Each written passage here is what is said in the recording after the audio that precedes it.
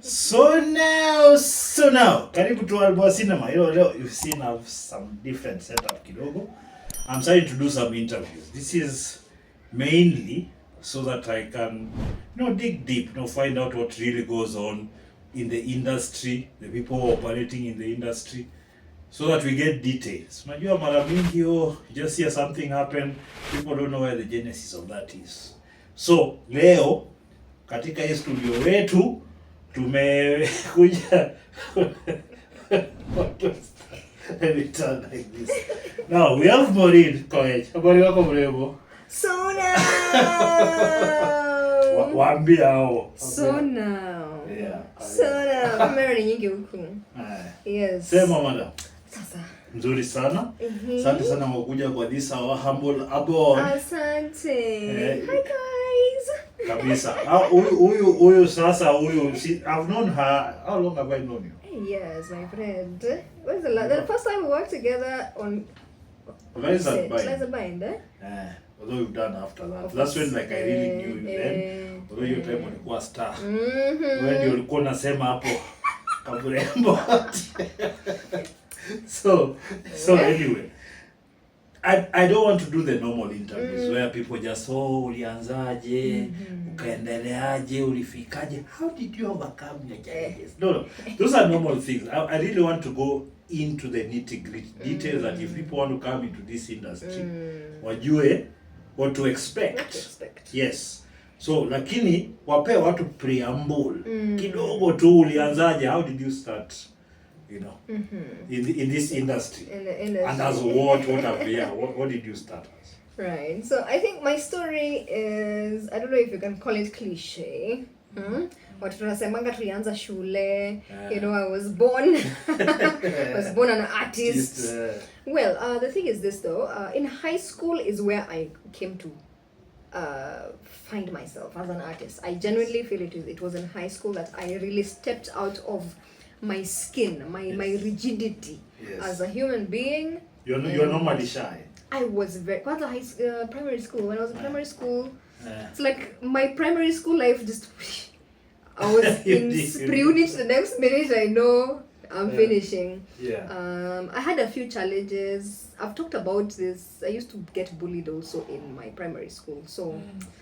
Kuna a few places you might be able to hear of that. I talk in depth about how I used to get bullied, but well, the point is I didn't enjoy so much of my primary school because nilikuwa na feel nimefinyiliwa. Bullying that does that to you. It makes you feel ulikuwa kadogo tu vile kadogo. Kasa hizi.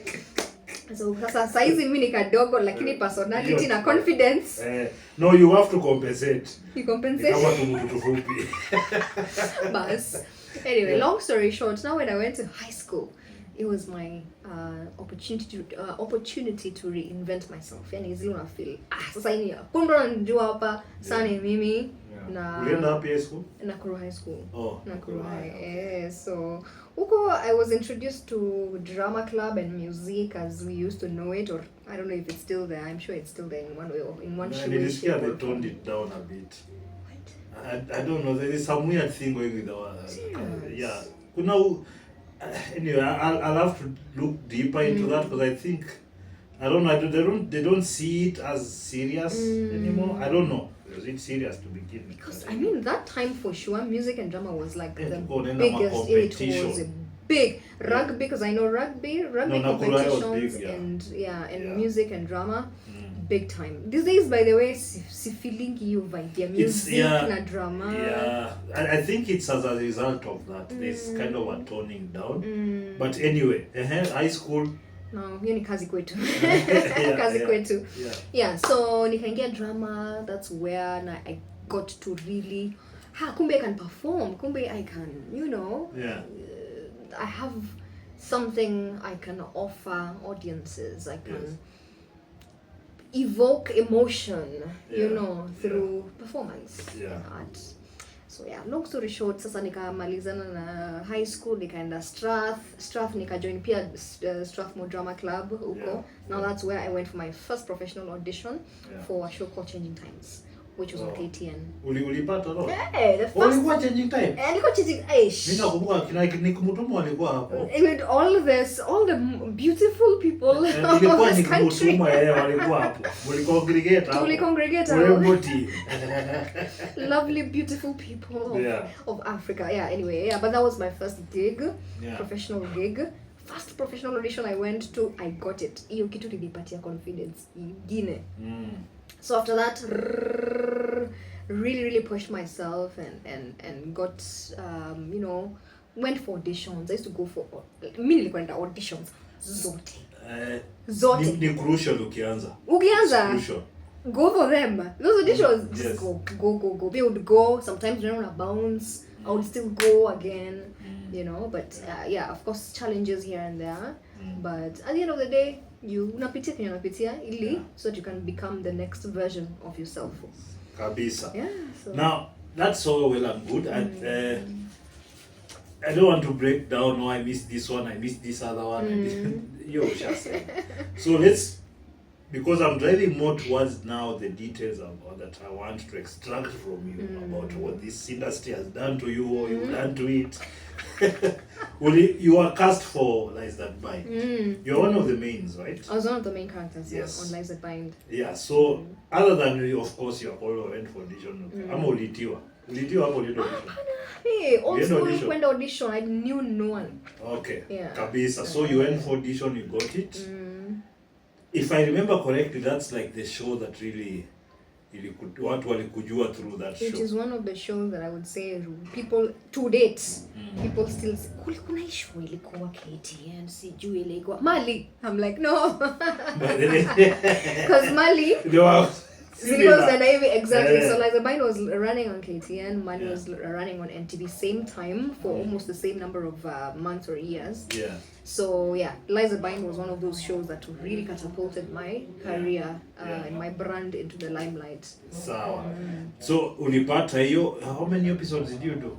Many. We did almost, how many seasons? Almost 5 seasons. Quite a number of episodes. By the way, kuna watu wanaongea kila mara. Wewe wasee na record kwendeni. So that, if I remember correctly, you guys, because I was actually on that set for a few as an extra. Speaking, I was a bouncer down there. Then I did art for, was it Plot 10? Was it called, what was that? Plot. The show that we shot on the same set. Compound, set. Block D. So that, you see, that time I was trying to learn how to do this thing properly. But then I had a bad experience there, then I just left, never came back. But for you guys, you moved to West T, like you took floors of some building over there, which I don't know what is. Actually, by that time, we had the show Elisha. Walikuwa wanaanza zingine. How did the show end? All those ones. How did the show end? I don't know what happened, but I just know we were supposed to end that particular season, and then we were supposed to come back at some point. Yeah. So, you know, weeks after, months after, nothing died a natural death. Just died a natural death, and then the production company went ahead and created other titles. Yeah. Which also tanked. But anyway, what I wanted to find out of how guys are paid, or generally the shows that you worked for. If you are to be told, was it good pay? Where do you gauge it? Honestly, you know, I feel that good pay is number one, relative, and number two, good pay. I think that's just a general idea. Is just the relativity of it. I remember getting my first contract, the Lies That Bind contract. Looking at that money, I was flabbergasted. Ilikuwa angalau. You know, it's actually money that right now it's like a month's rent for maybe some people living in maybe Kilelesha. In like a 2-bedroom. Yeah, so I won't say the exact figure, but yeah, figure it out for yourself. Yeah. But I remember looking at that money. Month. That was per month. Yeah, that was per month. Okay. When I'm looking at this money, I'm like, I am a millionaire. Mm. Finally, I become a millionaire. So ulichukua pesa hiyo, ipata mabilions ukachukua wapi? Because you know me, I think the most money I'd ever caught in my hand was like 15K, and that was like, 15,000. You know, I was still a kid, because even the character I was playing like teenager, so I was still fairly young. I know. I remember the first thing I bought with that money is a guitar. I bought a guitar. You play guitar? I play. You have it back now, am I? Nikon, hey, honestly, it's been so long. I'm very rusty, but I do play. But honestly, mi niliangalia pesa nikasema, by the way, mi nimefika. Shida zenyu, mi niko hapa.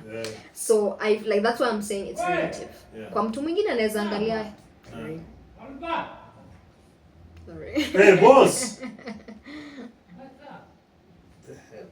Sorry. I'm coming back. Aya, poleni tumerudi. Sasa tulikuwa No, the money was good. You felt it was good? Yes, I felt the money was, for me it was sizable. It was a good amount. At least at that time nikianza, right? Because nilikuwa naanza industry like okay, Changing Times ilikuwa imenifikisha. I was doing a supporting role. I did something like 7 episodes, but very short screen times. Like screen time ilikuwa kidogo sana. People didn't really get to see me. Because I don't really remember if that's how I was wondering. So it was scanty. It was you are dropped in. Exactly. Sasa like the bind, you know, hapo ndio sasa ulipewa full role. Ulipewa full role, main character. So hapo ndo nikachapa job. So to me, honestly, it was good pay at that particular time. And with that particular, what's it called? Inflation rate. The what you call the economy at the that time. particular time. Okay, so you felt it was fine. Yes. Now, have you received, because that show seemed to have been to other platforms and whatnot, did you receive anything from those, just say re-licensing or from that? Or the money you were paid first, that was it? The money I was paid for that, the per month contract, that was it. I never got royalties beyond that. I remember we still fight. We still push for royalty payments as performers to date, right? However, I've always had this idea in mind that productions and all this sort of mainstream work is meant to place you out there as a performer, so that you can also take advantage of the brand that you will become. And create your own, let me say, create your own work, create your own sustainable sources of income, right? So I'm not saying that we should not push for our royalties or we should not be paid royalties, but I still feel yani kama msanii tusiwe yani don't put yourself in a vulnerable position whereby just cause sasa mtu hata kulipa royalties decide hata kulipa royalties, then now una feel is there anyone who pays royalties? Honestly, no. I've never been in any. I just think personally, I know you're being diplomatic about it. Personally, I think it's a travesty that somebody can do a series, then the producer resells it or relicenses it 2, 3, 4 times, pockets all the money, okay, and you can see them living lavishly. I mean, there has to be a structure, because everywhere else that's successful, those resales and those, you can call them sales bonuses, whatever you want to call them, whatever. Those are essential to keep the talent in the industry. Because now look at it that if you have to stop being an actor, maybe to go sell phones on the side, maybe sell clothes on the side, or whatever the case may be, so that not that you can add on to the income, but so that you can just meet your basic needs. And then maybe you're on TV every day. People are seeing you on the street looking haggard. I mean, even your value of your brand goes down. If there's a periodic injection of cash, we license this to Zimbabwe, we license it to South Africa, so you're getting that. I think it's important. but you know how it is, even music, they've had their issues. Issues. But that's me. Don't you think that's something that should be in place, other than your diplomatic answer? Don't you think it should be in place at the very You know least? what? It is so easy for me to say, yes, I agree with you. You know, No, but no, you see, you're I'm asking because I'm saying, for me, I've done it everywhere, cast, crew, whatever. But as a producer, I can tell you that is that something you must, if you want to keep the best talent in the industry, that's something that you must absolutely do. Because you allow them to concentrate on this craft. yes. Because a lot of the times, even I've been on sets where guys have scripts they have not even memorized the dialogue or whatever. They are doing it on set. Why? Is because the other times is filled with doing those other hustles. Other things, Yes. exactly. You're right. Let me tell you, you're so right. But and then you see, tumesema tunakuwa open, Yes, right? yes. Tunaambia kuna msee huko hivyo, maybe ametoka amemaliza, you know, kole high school whatever, ama karibu kumaliza, anataka kuingia kwa industry. So us is to iron out, to lay on the table the situation, the status quo, vile vitu ziko. Yes. So for me, it's, I mean, ideally that is what should happen. Artists should be artists should be paid their royalties, right? Imagine a decade or so of me being in this industry, sijapata royalty hata kwa kitu yoyote. So I think, and I feel like fighting would take too much energy and time. And I feel I'm not reactive, I'm more of a proactive type of person. Like, I'd rather than, okay, fine, if they don't want to pay me royalties, see, then I go figure out another way that can work for us, and not just for me, for us. So I'm also trying to figure out, okay, how can I be part of a change or some kind of change? How can I create some, you know, platforms to which, of course, now we'll get to the place to the point of what now we're doing, what am I doing currently, but how can I inspire an artist to just think differently, to apply themselves? Yeah, in you know, I know. But what I'm saying is, this is fine. For me, the mode that I'm on right now is that whatever I produce, whatever I put on, if it earns more money, they continue earning with me. That is already instituted. None of my contracts, all my contracts hold that. You must, there's a royalty clause and everything like exactly. That is my part of saying this is how I'm going to do business. And hopefully, as the products we release make more money and whatnot, people will see the relevance. And that it will be so hard for you to hire a top talent if you don't meet those basics. Absolutely. That's how I think I'll influence that. And that is very important because you see, the people who are watching us are both established and new upcoming talents, right? Yes. Upcoming talent, it's very easy for an upcoming talent to be taken advantage of. Anaenda nasema, oh, mimi ni msanii, okay, unanilipa hivi, kuna royalties, hapana tulipi royalties. Kama usitusumbue, kama unataka royalties enda basi. Unaona? So they'll feel like, kwani, see, Albo was talking about I should be paid royalties. Why am I not getting this my royalties handed over to me, or you know, a percentage or whatever? So I feel it's important for us to talk about it in regard to the perspectives. Vile unasema, your contracts, you oblige all the contracts that you sign to have that clause. So upcoming performers should know, ukiingia kwa industry unaenda kusign contract, tafuta royalties. Kama haulipi royalties, kuna mahali unachezwa. And unajua kuna wale sasa wenye they'll just be like, okay, I don't want, you know, a conversation ya royalties iniharibie kazi ama nichujwe kazi juu nimeanza kuisha royalty. That's most of the time that's the fear. Right? So people fear. So I think perhaps there's also that angle of fear. How can someone handle, or how can someone not, yani asijishikilie in terms of, I feel, see, I'll be losing out if I. No, I get the fear is real. I get it. I'm not discounting it.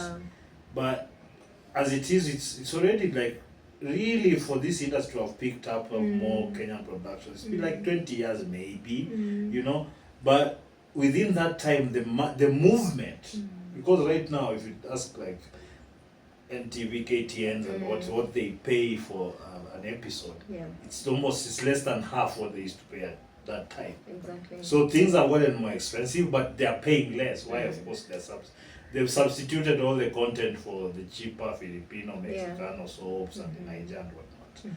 But that is, I guess, the politics side. But I think this is a problem that's sorted by the market. Okay? So if more people get to a point where it becomes lucrative, to the point where you can't get any good performer unless you have that closing, and I think that's generally where we should be going. Absolutely. But let me jump. I know these things for money that it makes producers get a bit antsy. Jittery. Yes. Now, there are other struggles in the industry mostly for actors. But I want to come now from the side of the actors, because as you know, I've produced quite a bit of stuff here and there. A lot of the times we've been fine with the actors, but I do find that there's a lot of, many of the actors are extremely unprofessional. Like, you know, coming to set, you don't have your lines yet. You what do you call it? You've been given instructions, the time to come, you come late, or you come, you know, a lot of things you've missed out. Probably because maybe the pay isn't that good, and also full involvement might be hard. But guess what? If you are doing that, that means you are shortchanging the entire process. Right. So it doesn't matter whether somebody's paying you well or not. If you come half and something is going out there, you look the half that you perform. Right. So you are shortchanging yourself anyway. Where do you see the role of actors in professionalism and actually increasing quality and eventually the amount of money that people earn? Actually, when it comes to, if you were to ask me the biggest issue right now that we have in the industry, there used to be a time I would talk about issues like, oh, we're not being paid well, oh, we're not being given royalties, oh, we don't have enough jobs, food. You see, the time the Citizen, they lost some, they were robbed when they were shooting in Koech there. Then some actors came on talking about, they wanted to now expose all the problems they've had with the set. For me, being a producer, because you're talking about food, the food is not even, so in my head I was like, wow, are they feeding them? Is it dry or men and whatever? But I kind of, it felt like they wanted a lavish life on set. Yes. This person has probably lost millions in shillings of equipment. The thing that you're immediately worried about is actors. I threw it out there and people got confused. I think I remember seeing that. Yeah. I don't care about it because it felt irresponsible and it felt childish. It felt like you're not mature enough to be in business. Right. This production business. So that's what came. And anyway, continue with the what is the responsibility of the actor? Because even branding yourself, you know, creating that kujulikana. So I feel the biggest problem we have as practitioners of this industry, okay, we can specify and say actors to start. We do not believe in ourselves, honestly. What do you mean by that? Sometimes I feel like too many people have too much confidence and they're not really that good. That's what I run into that more than people not having confidence. A lot of mediocre people with a lot of confidence. Yeah. I think many people stay in this industry or get into this industry with some kind of illusion. There's an illusion of fame, money, ease. It's trendy. It's trendy to be a content creator. It's trendy to be an actor. It's trendy to be on TikTok and all these things. You know, because of course storytelling has evolved. Yes. And it has taken different, gone I to think different. it's platforms that have evolved, but platform, storytelling kind of remains the same. I guess maybe the expression of it. Yes. Yeah. I guess due to platforms. Due to exactly. Maybe now you need to do you shorter still have to vitu kama hizo. Yeah. But generally speaking, I feel we don't really come on. We don't really come into this craft with defined or with definitive agenda. Unaingia tu cause unataka kufanya unataka utaka kuactor. I remember exactly. You see, there's one time I remember one of the producers of our time. She asked me why do you want to be an actor? Nikamwangalia nikasema because I want to tell stories. But why? She asked again, why do you want to tell stories? And I remember feeling like, why are you attacking me? Because by that time I'm this established actor. Well, call it famous if you want. But later on I came to realize, oh my goodness, you know, acting and performance there's so much to it. You can't just come into the industry wanting to be an actor, wanting to be a storyteller, wanting to be a filmmaker. You see, filmmaking and content creation is a cause. It can be a cause. For me, I just it's a business. Exactly. In fact, yes, it can be a cause. You narrow it down. Let it be all the super nice flowery things people want to put around art. Exactly. Bottom line, it's a business. The product is film, music, whatever. In fact, it's the tool. You see, acting is actually a tool. Yes. That's it. Yeah. It's not the end game. Like you can't say, I want to be an actor. No, you want to use performance. You want to use the craft of being an actor to go somewhere or to do something. And right now, people don't ask themselves those questions. And right now, if you can't be one dimension, that you just act, unless you're exceptional. Yes. And sometimes it also comes that you're just really good, but you also have to be good looking or look a certain way. So it's not really like, okay, I'm really good, so I get it. Yes. So anyway, I don't know. Do you have anything else to add on that one? I think it's maybe recommendation. Yeah. Is take time and really think about it. Lay out your plan, your goals, your dreams, your goals, your plan entirely. So you can't just say, okay, this year I just want to do ABCD. This year should tie into next year, should tie into 5 years from now, should tie into 10 years from now, should tie into 50 years from now. Then tie that vision with Albo's vision, with another creator or filmmaker's vision. Yeah. Just give me a story. I don't know why this was. Mbona anafanya hivyo? Poleni. Naishi na watu tu kama flats. Yeah, so yes. Go on. So lay out your plan, lay out your vision, and tie it to what other people like-minded filmmakers, creatives want to achieve. I feel if when we do that, we will start seeing ourselves going somewhere. You know why I say this? Mina feel we look, and it's not just an actor's thing or a Kenyan celeb thing or a whatever, Kenyan performance thing.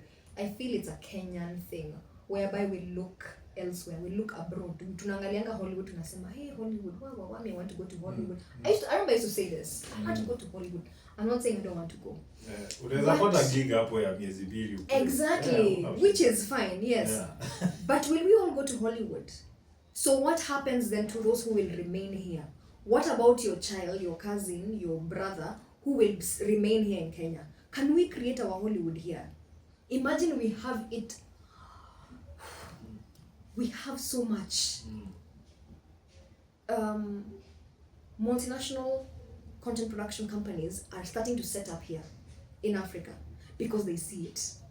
Sisi bado tunasema tunataka sijui kwenda Hollywood. It's okay to think big and broad and think global, I guess, yeah. Lakini it shouldn't be ati unataka kwenda place fulani uache kwako. Yeah, unataka kwenda kutengeneza nyumba ya mwingine uache nyumba yako. When things come from outside, Kenyans seem to love them more. Exactly, and that's the problem, and that's why, which brings me back to my answer. We don't believe in ourselves. So, Okay, and it's yeah. not just the actor, it's Yeah. everyone, even the audience. Hujajiamini. Even the audience. The audience don't believe truly, innately. Do we not just believe in ourselves, but do we love ourselves as Kenyans? Yeah? Because if you love yourself as a Kenyan, you will love to see yourself. You'll want to see a mirror of yourself through someone else's performance or expression. You understand? Tujipende. Hivyo tu. Aya, so unajua mimi ni vile me am more stone cold business. So all those other things fine, but what I noticed because what a lot of people say is, oh, the Kenyans don't love their own. The thing is, I've seen so many Kenyan products get so much love and make some people so much money. I always think that we don't love ourselves is from the statement that comes from people producing mediocre. If you're producing something that people love, then you start to accuse them of not loving themselves. You see, because a lot of people I know, Kenyans didn't come to watch my movie. First of all, they didn't even know the movie's there. You didn't promote, you weren't seen anywhere, so the shock. Every time I've seen somebody make a little effort in pushing a movie, people show up. You know, the problem is that a lot of them, they show up and then they're disappointed. Filmmaker amejichocha, lakini hajafika. No. Because that's what people want to see. Sometimes you're just not there yet. So you are not supposed to go and, you know, because when people pay, they become really harsh. Like when people is paying a ticket to come watch your movie, they become really anal. Like, this movie better be good. So the next, if it comes and it's not good, they won't even talk shit like that, but they won't come again. So what the cascading effect is that we keep lying to each other. And no. You are not there yet. Standard class, quality wise, you're not there yet. You've not taken the time to build the culture. You've not taken your movie to Kisii, to Migori, to where. You see, like everybody's customer is another actor, somebody they were in set with, and their close relatives. So movie inaenda first day inaonekana kwa ma screens, the next day hakuna mtu, because nobody else knows about it except you and your friends. So when your friends give you your fake parts on the back, because friends of course, you are happy, but then the customer has not responded and put money in your bank, so you go after them. You don't love your own. No, they just don't have yours. And you see, that's the reality that we have to face. That right now Kenyans have Netflix on the phone. He'll compare your shit to that Netflix, and there's nothing you can do about it. Because if Netflix has said pay 300 and watch this, like, am I going to watch Mwala? It's not gonna happen. At that slot, there's something I can replace it with a YouTube video. The problem is Mwala and all these other people and all these local productions, they've stayed at subsistence level, chini. The story has no gravitas. And then we are copying a lot. So there's a lot of these things going on. Like somebody literally picks a script from Filipino soap. I saw that when I actually checked. Basically the same script, just in Swahili. So there's all these things that come on. I think as far as I'm concerned, I'm trying to be honest to the problems. That's how you get to solve them, I guess. So let's finish this way.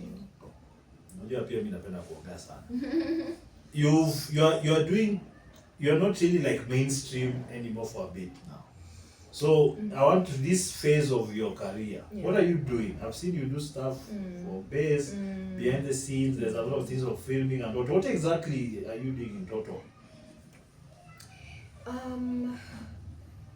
I feel my time off the mainstream has really given me the opportunity to give myself my personal brand and my professional brand perspective. It has helped me also to look at the business side of things. When I was mainstream, I was largely focused on the glamour of the screen. Period. that is very seductive. It is a very seductive. And then when you fall out of it, when you fall off the mainstream, you hit the ground. Wachapa ground wazee, maka you're like, what? Nifikiri nimebakisha kabia mbili hapa. Because now as you know, and I got to develop certain skills as a creator, as a writer. So now I've added writing, I've added, call it develop Concept development. Is it? Let me call it content. Let me content creation. No, it's more technical skills. Using cameras and lights and sound editing, exactly. Okay. So I've been. So you've had to learn more skills. More skills, exactly, yes. So that I can sustain my call to performance. Because the performance for me is a calling. Yeah. Nimejaribu kutoka hii kwa industry, nimeshindwa. I've just been coming right back. Nimejaribu nimeenda nimefanya sijui nini. Umeenda uliuza faidi. Mimi nimechoka na industry. Kwanza hadi ukale chini.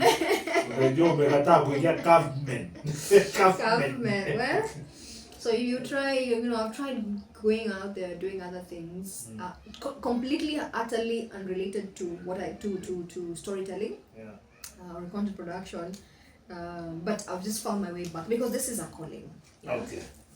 This is a calling. So, I feel the time of the mainstream. The reason why I'm not on the mainstream is not because I have decided to stay off. No. It's because the opportunity has not yet come. But what am I doing meanwhile as another mainstream? They just lock you out like that, yeah. You see, because that it's not like you're a good performer. But you see, like unafunga. Kwani ulisema nini? But who said? Katari umeufungia. Katari umeufungia. Katari umeufungia. Katelo wamefanyia kitu, but no, seriously though, let me tell you, no one owes you anything. That's what I know. No one owes you anything. That's what I also came to realize hard, like I learned it the hard way. Yeah. No one owes you anything. So, how do you still keep yourself around, and not just around, but how do you thrive in and within this industry without being necessarily on the mainstream? You forge out, you reach out, you go create partnerships, you go create, you get a skill set, and you put your work out there somehow. Hata kama saizi ni social media. So here, as far as I'm concerned, if you are an artist and you're not on social media, that's free marketing. If you didn't know someone at the radio station or TV station, you will never be heard of. Ever, nothing. So right now, I always say, like, because kitambo there are people there who sieve out. Wanachagua mtu mmoja. And you see, it was not, as we've come to find out, it's not always mess. In fact, most of the time it's not based on hata America unaona watu wanaanguka tu Harvey, PDD, nani.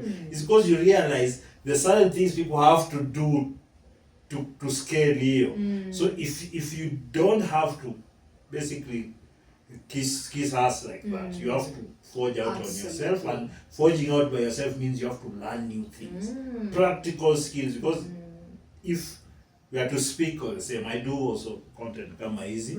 I shoot myself, I don't know, nimeseti hapa masimu nini camera, all that, and then I have to edit it and then post it myself. That is a one-man whatever, and it will take me maybe 2 hours in a day. So in total, maybe in a week I'll spend 6 hours of content creation, instead of course tunafanya animation na hizi vitu zingine.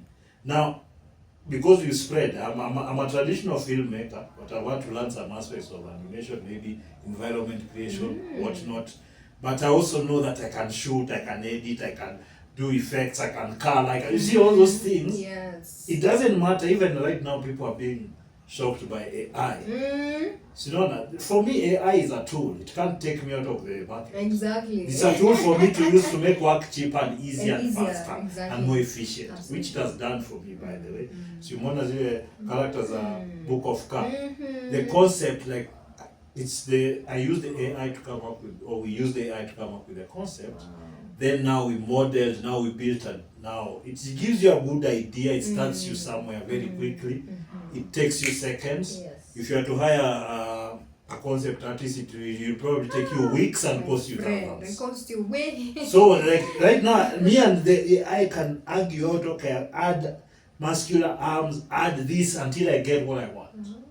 So, and then the image comes there, which I can quickly, my bro is one who does the modeling and what he can create the character fast like that. Nice. So, whichever the case may be, right now the world is for the producer, the person who produces, the creator who produces that and puts it out. Sindio?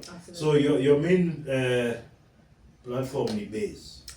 No, it is one of. Why do you push them a lot? Lakini sasa they have really supported me. Wamenisupport sana. Base. Napenda sana. No, for real though. I am also soon releasing content for Viusasa. So Viusasa, stay tuned to Viusasa. There's gonna be some great narratives coming onto Viusasa that we are creating with a few partners here and there. But I'm saying too much. But there's a lot we're creating behind the scenes. We are creating some platforms, let me call it a platform for up and coming performers or content creators. Sana in schools. So I won't say too much again about that, but utanipigia simu ile imeiva unipe details. Niambie watu kama mtu wa kwanza. Yes, absolutely. And of course now still back onto storytelling, creating, films and series. I'm a series person by the way. I've created and shot about 2 series now. One is called Age of Grace, the other one was called The Extremities. Hands and Feet. Remember in 2020, time ya corona? Yeah, there's like a series that was for Hands and Feet. So your time I didn't get it, so I didn't. It's alright, maybe we'll do Hands and Feet we will. It didn't catch on so much. Iko base by the way. Get base watch. Lakini it didn't catch on so much. It was a very artsy concept. People were like, that's the thing, because I normally think to myself, this is really that profound art you have to create, but most people really just like escapism. Just give me a nice action. You watch nisikie vizuri ile mtu mbaya amepigwa. Acha kuniambia tena kugusi na maanisha nini mkono na kidole na maanisha kitu kingine. You see, I get that, but I think I can only indulge in that when once I'm established. Yes. There's a place and time for that. Those artsy projects. I feel that project, it still has a place. There's a place for it. We will get back to make a shelf. Back when the time is right. The time, the resources, resources. Yes. Yeah, because you need a great deal of resources.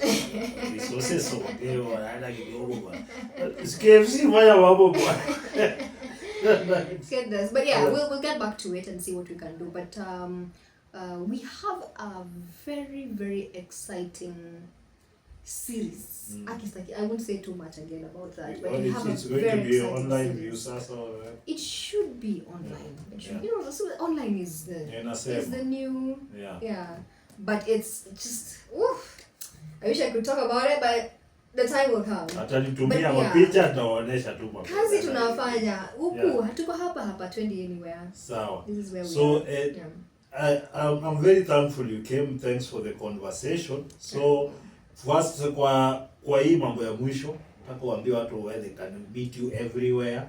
What do you basically your links, your social media, if it's YouTube, if it's best, whatever it is, where they can find you. Waambie watu hapo watunguya sawa waambia. Watunguya kamera ABC. Yote hata ile kwa gari ile na hii. Sawa, so mimi niko mtandaoni of course. Ukitafuta tu pale Maureen Koech. Facebook, I have a Facebook page at Maureen Koech 254. And then Instagram Maureen_Koech, same to TikTok, YouTube. Tafuta tu Maureen Koech utanipata. Then my work is on base. There's a lot of the work, narratives, series, reality shows that we've done, documentaries on base. Actually, we have a channel. We have a channel on base called Fun by Relic House or Fun by Relic, something of the sort. So you get to pale base, watch mashows zetu, ma movies nini, that we are also aggregating on behalf of other creators. Yes. So yeah, and then content is some content coming or some shows coming also on View Sasa very soon. So stay tuned to my social media and usihate mazeni follow. Follow me. Kabisa. So I'll put all the links to her on the YouTube channel on the descriptions, all the links to her social media. Otherwise subscribe, like, share, comment. Enda mwambie pia vile mmesikia vile mwambia leo. Najua I was trying to get her to give me some views but pay views, but it's really, if you really what she said is what it is. It's not easy even if but if you do go through the process unaweza kula matunda mazuri pambe. Ama vipi? Ama hivyo. Haya kabisa basi. Cheers. I love our audiences so much. Without you, what we create is art inatakanga crowd, inataka watu kujicreate. Let's create culture. Art is culture. So we are trying to create culture here, so msijali. By the way, wase book of car t-shirts. Unaona book of car t-shirts ngepa iko kuna zingine za print utakuja hata Maureen siita kudumu. There's that character with the blue, what's her name? The blue Queen, I think that's Queen hapo. Wacha nimweke hapa sawa, mtamwona huyo bana anakaa. So huyo nitakujenga t-shirt hapo. So if you want the t-shirts, there is 2,000 shilling. The art is 2,000 shilling.